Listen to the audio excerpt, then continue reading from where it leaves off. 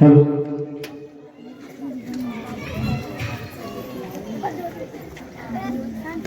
एकदा जोरदार घोषणा देऊया. छत्रपती शिवाजी महाराज की जय. छत्रपती संभाजी महाराज की जय. तुमचं आमचं नातं काय? धन्यवाद. आणि मला वाटतं जे आजूबाजूला माझे समाज बांधव बसलेले आहेत त्यांना विनंती करतो की जर आपण जवळ आहात तर निश्चित स्वरूपाने आम्हाला बोलणं, तुमच्याशी संवाद साधणं हे निश्चित स्वरूपाने सोपं जाईल. त्यामुळे जेवढे लांब आहेत त्या माझ्या सर्व समाज बांधवांना, वडीलधाऱ्या माणसांना, माझ्या सोबत असणाऱ्या मित्रांना, ज्येष्ठांना पुन्हा एकदा विनंती करतो की आपण अधिकचा वेळ न घालता लवकरात लवकर समोरील स्थान आपण व्हायचं.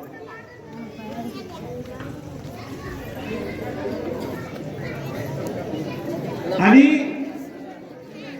जाणीवपूर्वक तुम्हाला एक गोष्टीची जाणीव करून देणं मला अतिशय महत्वाचं वाटतं की प्रत्येकाला वाटत असेल मराठा आरक्षणाचा मुद्दा उभा आहे, आलेले व्याख्याते मराठा समाजाचे, मी मराठा समाजाचा आहे असं वाटत असेल, पण तुम्हाला प्रामुख्याने सांगेल की मी मराठा नाही तर मी ओबीसी आहे. तुम्ही टाळ्या वाजवल्यात यात दुमत नाही, पण एक गोष्ट जाणीवपूर्वक सांगाल, काही लोक ओबीसीच्या नावाखाली एकत्रित यायला लागली आणि मराठा समाज आणि ओबीसी समाजामध्ये भांडणं लावायला लागली. फक्त फरक एवढा आहे, त्यांनी सांगितलेली ओबीसी नावाची जात ही मराठा आणि ओबीसी मध्ये भांडणं लावण्यासाठी आहे आणि मी सांगत असलेली माझी ओबीसी जात ही मराठा आणि ओबीसी मध्ये एकत्रित आणण्यासाठी सांगितलेली जात आहे. म्हणजे जर तुम्ही आणि प्रत्येक ठिकाणी बघितलं तर एखाद्या भरणीमध्ये जर साखर भरलेली असेल आणि साखरेच्या भरणीमध्ये जर का लाल मुंग्या आणि काळ्या मुंग्या ह्या जर का एकत्रित असतील आणि या लाल मुंग्या आणि काळ्या मुंग्या जर साखर खाऊ पाहत असतील, मिळून मिसळून साखर खाऊ पाहत असतील आणि कोणीतरी माणूस यायला लागतो आणि ती काळ्या आणि लाल मुंग्या असलेली भरणी जोर जोरात हलवायला लागतो आणि जर का काही क्षणात बघितलं तर सौख्यानं आनंदानं नांदणाऱ्या काळ्या मुंग्या असू द्यात किंवा लाल मुंग्या असू द्यात, या गोड साखरेचा आनंद घेता घेता एकमेकांवर धडायला लागतात, एकमेकांसोबत भांडण करायला लागतात. मला वाटतं आज लाल मुंग्या आणि काळ्या मुंग्याच्या भूमिकेत जर का कोण असेल तर तो माझा मराठा समाज आहे आणि माझा ओबीसी समाज आहे. पण राजकीय लोक यायला लागली आणि काळ्या मुंग्या आणि पांढऱ्या मुंग्याच्या एका भरणीमध्ये, एका राज्यामध्ये, एका देशामध्ये आणि एका संविधानामध्ये एकत्र नांदत आहेत, त्याला येऊन हलवायला लागली आणि आज तुमच्या आमच्यामध्ये कुठेतरी भांडणं लावायला लागली. आज या राजकीय नेत्यांच्या कुठेतरी शब्दाला बळी न पडता मराठा समाज सुद्धा माझा बांधव आहे आणि ओबीसी समाज सुद्धा माझा बांधव आहे. हे सगळ्यात अगोदर तुम्ही आणि समजून घेणं ही सगळ्यात महत्वाची गोष्ट आहे. आज मी एक लिंगायत म्हणून ज्यावेळेस उभा राहतो आणि ज्यावेळेस 12व्या शतकात महात्मा बसवांना आपल्या एका वचनामध्ये सांगायला लागतात की हा कुणाचा असे न बनवावे, हा आपला असे जीवन व्हावे. म्हणजे इथं परक कोण आहे, दुसऱ्या जातीचं कोण आहे, दुसऱ्या धर्माचं कोण आहे, या गोष्टीचा तुम्ही विचार न करता एखादा माणूस जर अडचणीत असेल, एखादी जात जर अडचणीत असेल तर त्या जातीच्या पाठीशी खंबीरपणाने उभं न राहता त्या जातीच्या सोबतीनं तुम्हाला आम्हाला उभं राहायचं. आज जाणीवपूर्वक मला इथल्या बसलेल्या प्रत्येकाला प्रश्न विचारायचा वाटेल, तिथं बसलेला समाज बांधव मला एक जाणीवपूर्वक सांगा, मराठा ही जात सोडून हा भाषण ऐकायला कोण कोण आलेला आहे? मला एकदा हात वर करावं, बिंदास हात वर करा. मला काय वाटतं, सगळ्या मराठा समाज बांधवांनी या सर्वांसाठी एकदा जोरदार टाळ्या वाजवल्या पाहिजे. कारण की आज तुमच्या आमच्या शेजारी राहणाऱ्या मावशीला, शेजारी राहणाऱ्या माझ्या भावाला, शेजारी राहणाऱ्या माझ्या काकाला आज कुठेतरी वाटायला लागलं की एकीकडे संविधानानं आरक्षण आम्हाला दिलं, कधी काळी या संविधानाच्या माध्यमातून आरक्षण हे आमच्या मराठा समाजाला सुद्धा मिळालं पाहिजे, हा न्याय मराठा समाजाला सुद्धा मिळून दिला पाहिजे. यासाठी जर का इतर समाजाची लोक सुद्धा आज मराठा समाजाच्या सोबतीने उभं राहत असतील तर मला वाटतं हे सगळ्यात मोठं मराठा समाजाचं यश आहे. अहो, आज जर का तुम्ही बघितलं तर माझ्या पाठीशी छत्रपती शिवाजी महाराजांचा पुतळा आहे. छत्रपती शिवाजी महाराजांच्या बाजूला बघितलं तर संविधान दाते डॉक्टर बाबासाहेब आंबेडकरांचा पुतळा आहे. आज ज्याप्रमाणे छत्रपती शिवाजी महाराजांचा विचार हा मानवी कल्याणाचा होता, इथल्या सर्वसामान्य माणसाच्या उद्धाराचा होता आणि ज्याप्रमाणे डॉक्टर बाबासाहेब आंबेडकरांचा विचार सुद्धा इथल्या प्रत्येक मानवजातीच्या कल्याणाचा होता, अगदी त्याचप्रमाणे आज मराठा समाज जरी अडचणीत असला तर मराठा समाजाच्या एका काठाच्या पाठीमागे तुम्ही आम्ही प्रामाणिकपणे उभं राहायला पाहिजे. आज सरकार बघितलं तर मराठा समाजाला कुठेतरी दुर्लक्ष करताना, मराठा समाजाला कुठेतरी खेळवत ठेवत असताना आणि याच सरकारमध्ये काही नेते, काही मंत्री हे जाणीवपूर्वक आज समाजामध्ये भांडण लावत असताना प्रामुख्याने तुम्हाला मला दिसत आहे. पण आज एक ओबीसी बांधव म्हणून, पण मराठा समाजाच्या पाठीशी असणारा एक माणूस म्हणून सरकारला फक्त एवढंच सांगायचंय की हा महाराष्ट्र, हा मराठा समाज आणि महाराष्ट्रातला प्रत्येक माणूस ज्ञानोबा, तुकोबा आणि शिवबांना मानणारा वर्ग आहे. अहो जर का तुम्ही विचार केला तर 16व्या शतकात ज्ञानोबांनी आपल्या अभंगाच्या माध्यमातून इथल्या प्रत्येक माणसाच्या कानामध्ये सांगितलं. पण जर का 16व्या शतकाचा तुम्ही विचार केला तर याच विद्रोहाच्या माध्यमातून संत तुकारामांनी इथल्या माणसांनी जर का कानात सांगून ऐकलं नाही तर त्याच्या कानाखाली मारून सांगण्याची ताकद सुद्धा इथलं जर का आम्हाला कोणा दिली असेल तर संत तुकाराम महाराजांनी दिली आहे. आज या सरकारला सुद्धा एवढंच सांगेल की मराठा समाज आज शांततेच्या सभेच्या माध्यमातून असेल, मनोज जरांगे पाटलांच्या माध्यमातून असेल किंवा शांततेच्या साखळी उपोषणाच्या माध्यमातून असेल, आज तुमच्या कानात सांगण्याचा प्रयत्न करतोय. पण हा सरकार जर का कानात सांगून ऐकणार नसेल तर कानाखाली मारून सांगण्याची ताकद सुद्धा इथल्या मराठा समाजामध्ये आहे. हे खरं तर या सरकारला जाणीव करून देण्याचं आहे. खरं तर मुलामध्ये ज्यावेळेस बुद्ध, बसव, फुले, शाहू, आंबेडकर, छत्रपती शिवाजी महाराजांच्या विचारांचा वारसा तुम्ही आम्ही सांगतो, या समाजामध्ये खऱ्या अर्थानं तुम्ही आम्ही जगत असतो. पण हे जगत असताना आज माझं गाव आहे, आज माझा तालुका आहे, आज माझा जिल्हा आहे, आज माझं राज्य आहे आणि हा माझा देश आहे. या देशाला कुठल्याही प्रकारचं नुकसान आम्हाला पोहोचवायचं नाहीये. कोणत्याही जातीमध्ये, धर्मामध्ये आम्हाला भांडणं लावायची नाहीये. विषय फक्त एवढाच आहे, आमच्या आरक्षणाचा विषय आहे आणि आमच्या हक्काचा विषय आहे. आणि ज्या वेळेस हक्काचा विषय येईल, आरक्षणाचा विषय येईल, त्यावेळेस इथल्या प्रत्येक समाज बांधवांना एकमेकांच्या पाठीशी उभं राहणं गरजेचं आहे. अहो आज काही लोक यायला लागतील, म्हणायला लागतील की आपण ओबीसी फिरायला, ओबीसीची लोक आता आपल्यावरती भांडण करायला लागतील.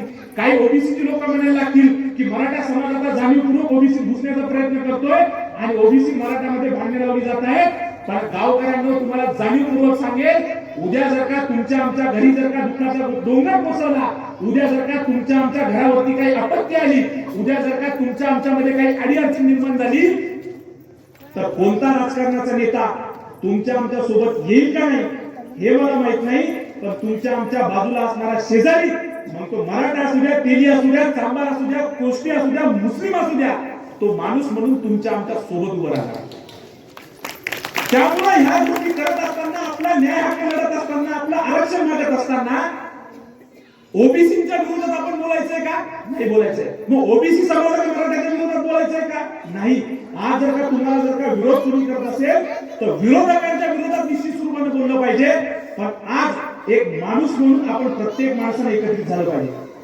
आज जर का तुम्ही आम्ही बघितलं तर आज मनोज जरांगे पाटील, अहो मला सांगा, साधं तालुक्याच्या लेवलला जर का तहसील कार्यालयाच्या समोर एखादा माणूस जर उपोषणाला बसला आणि उपोषणाला बसल्याच्या नंतर इथलेच काही नेते ज्यांच्या छातीवरती ते प्रकरण न्यायला लागतं, तेच नेते असतील किंवा सरकारी अधिकारी येतील, इथल्या सर्वसामान्य त्या उपोषणकर्त्याजवळ यायला लागतात आणि म्हणायला लागतात, बोला तुम्हाला काय पाहिजे. लाखो असतील, हजारो असतील लोक देऊन ते आंदोलन कुठेतरी मिटवण्याचा प्रयत्न करतात. आणि या राज्यात आतापर्यंत कित्येक आंदोलनं झाली, आंदोलन म्हणून उभं राहिलं आणि त्यानंतर कित्येक आंदोलन मॅनेज झाले आणि नंतर आंदोलन संपले. मला माझ्या ओबीसी बांधव असेल किंवा मराठा बांधव असेल, यांना एक प्रश्न आहे. आज संपूर्ण महाराष्ट्राच्या नव्हे तर संपूर्ण देशाच्या नाकीनं बांधण्याचं काम जर का कोणत्या एका वाघाने केलं असेल तर तो वाघ म्हणजे मनोज जरांगे पाटील आहे. मग आज मला तुम्हाला प्रश्न विचारायचा आहे, अहो साधा तालुक्याच्या, जिल्ह्याच्या लेवलला जर का उपोषण झालं तर हजारो लाखो रुपये देऊन मॅनेज होऊन ते आंदोलन मिटवलं जातं. मग मनोज जरांगे पाटलांना पैशाची आमिष भेटली नसतील का? मनोज जरांगे पाटलांना पदाची आमिष भेटली नसतील का? मनोज जरांगे पाटलांना कोट्यावधी रुपयांचा आमिष दाखवून नसेल का? पण मला सांगा, एवढ्या कोट्यावधीचा आमिष दाखवून सुद्धा जर आज मनोज जरांगे पाटील या समाजासाठी लढत असतील तर मला वाटतं या समाजानं सुद्धा एक खंबीरपणानं या नेतृत्वाला स्वीकार करून या नेतृत्वाच्या सोबतीने उभं राहणं गरजेचं आहे. आणि संपूर्ण समाज, कित्येक लोक म्हणत होते की मराठा समाज की मराठा समाज हा कधीच एकत्रित येऊ शकत नाही, मराठा समाज हा कधीच एका ठिकाणी येऊ शकत नाही. पण प्रामुख्याने तुम्हाला सांगायला आवडेल की या महाराष्ट्राच्या मातीमध्ये मराठा समाज असू द्या की मराठा समाजानंतर 18 पगड जातीला घेऊन जर का स्वराज्य उभं पूर्ण केलं असेल तर सर्वप्रथम स्वराज्य उभं करण्याचं काम हे छत्रपती शिवाजी महाराजांनी केलं होतं. आणि आज इथला मराठा समाज असेल किंवा मराठा समाजाला एकत्रित करून पुन्हा एकदा या मराठा समाजाला न्याय मिळवून देण्याचं काम जर का कोण करू पाहत असेल तर मला वाटतं की मनोज जरांगे पाटील करू पाहत आहे. आणि येत्या काळामध्ये तुम्हाला आम्हाला प्रत्येकाला मनोज जरांगे पाटील यांच्या पाठीशी उभं राहायचं नाही. जाणीवपूर्वक सांगतो, जाणीवपूर्वक ऐका. येत्या काळात मनोज जरांगे पाटील यांच्या पाठीशी तुम्हाला आम्हाला उभं राहायचं नाही तर मनोज जरांगे पाटील यांच्या सोबत तुम्हाला आम्हाला उभं राहायचं. कारण तुम्ही जर का पाठीशी उभं असाल, आज जर का तुम्ही आम्ही बघितलं तर पाठीशी एखादा माणूस उभा राहिला तर त्याचं काम झाल्यानंतर तो माणूस मागच्या मागे निघून जातो. परंतु ज्या वेळेस एखादा माणूस आपल्या सोबतीने उभा राहतो, गळ्यात हात टाकून उभा राहतो, त्यावेळेस तो माणूस शेवटच्या श्वासापर्यंत तुमच्या आमच्या सोबतीने लढायला लागतो. आणि मनोज जरांगे पाटलांच्या सोबतीने तुम्हाला आम्हाला लढायचंय आणि तुम्हाला आम्हाला न्याय मिळवून द्यायचा आहे. आज हा लढा स्वीकारत असताना, हा लढा लढत असताना, आरक्षणासाठी लढत असताना आज फक्त तुम्हाला एवढंच सांगणार आहे की जात पात धर्म या सगळ्या गोष्टीला मिळून सोडून तुम्हाला आम्हाला एक समाज म्हणून, एक माणूस म्हणून या मराठा समाजाला न्याय मिळवून देण्यासाठी समोर यायचंय. आणि इथला प्रत्येक जातीतला, प्रत्येक धर्मातला प्रतिनिधी या मराठा समाजाच्या सोबतीनं निश्चित स्वरूपानं राहील एवढा एक माफक आशावाद व्यक्त करतो. आणि सरते शेवटी फक्त एवढंच म्हणतो की प्रत्येक वादळ पेलू आम्ही, आमच्यात आत्मविश्वास आहे. प्रत्येक वादळ पेलू आम्ही, आमच्यात आत्मविश्वास आहे. पायाखाली जमीन, पाठीशी आभाळ आहे. पाय रोवणी जमिनीमध्ये सह्याद्री सारखा ताट आहे. जाऊन सांगा त्या विरोधी वादळांना तुमची आता इथल्या मराठा समाज बांधवांची गाठ आहे. आणि गाठ काढत असताना, मराठा समाज बांधव म्हणून लढत असताना आज तुम्हाला आम्हाला हा न्याय हक्कासाठी लढायचंय. पण न्याय हक्कासाठी लढत असताना कुठल्याही प्रकारची चुकीची वाट, दंगलीची वाट की तुम्हाला आम्हाला न निवडता एका शांततेच्या मार्गाने, न्यायाच्या मार्गाने हे आरक्षण येत्या काळामध्ये तुम्हाला आम्हाला मिळवून घ्यायचंय. ते आरक्षण निश्चित स्वरूपाने तुम्हाला मिळेल यात तीळ मात्र शंका नाही. आणि काही लोक जरी वाद करण्याचा प्रयत्न करत असतील तर माझ्यासारखा समतेचा विचार करणारे ओबीसी बांधव निश्चित स्वरूपाने तुमच्या सोबत आहे, यात तीळ मात्र शंका नाही. फक्त एकदा जोरदार आपण घोषणा देऊया. प्रौढ प्रताप पुरंदर क्षत्रिय कुलावतंस सिंहासनाधीश्वर महाराज श्रीमंत श्री श्री श्री छत्रपती शिवाजी महाराज की, छत्रपती शिवाजी महाराज की, छत्रपती संभाजी महाराज की, छत्रपती संभाजी महाराज की. आणि जाणीवपूर्वक सांगेल की एवढ्या मोठ्या संख्येनं माझी माता माऊली या ठिकाणी उभी आहे. कारण ज्या वेळेस स्त्रियांच्या हातात बांगड्या येतात आणि बांगड्या पिळणारे हेच मनगट ज्यावेळेस हातामध्ये तलवार घेतात ना, त्यावेळेस मला वाटतं छत्रपती शिवाजी महाराज घडायला लागतात, अहिल्यादेवी होळकर घडायला लागतात, सावित्रीबाई फुले घडायला लागतात. आणि आज याच महिलानं, या स्त्रीनं या समाजाला आरक्षण मिळवून देण्यासाठी सुद्धा एक क्रांतीची, एक परिवर्तनाची मशाल, एक क्रांतीची परिवर्तनाची तलवार येत्या काळात तुम्हाला आम्हाला महिलांनी हातात घ्यायचे. कारण की प्रत्येक वेळेस या समाजानं महिलेला दुय्यम घेतलं, प्रत्येक वेळेस या स्त्रीला खालच्या पातळीचं समजलं. पण जाणीवपूर्वक सांगेल की अबला असणारी स्त्री ही अबला नाही तर ती सबला आहे. आणि वेळ पडली तर ती या व्यवस्थेचा तबला सुद्धा वाजवू शकते. ही ताकद खऱ्या आपल्या स्त्रियांमध्ये आहे. त्यामुळे स्त्री म्हणून, आपल्या घरातला नवरा म्हणून, आपल्या घरातलं पोरग म्हणून, आपल्या घरातला भाऊ म्हणून या स्त्रीनं या लढ्यामध्ये निश्चित स्वरूपाने सहभागी व्हायचंय. आपण सर्वच जण सहभागी व्हाल एवढा एक माफक आशावाद या निमित्ताने व्यक्त करतो. आणि आपल्या गावात आम्हाला बोलवलं, आम्हाला बोलण्याची संधी दिली त्याबद्दल संपूर्ण बोराळा ग्रामस्थांचे पुन्हा एकदा मनापासून आभार मानतो. जय हिंद, जय महाराष्ट्र. धन्यवाद.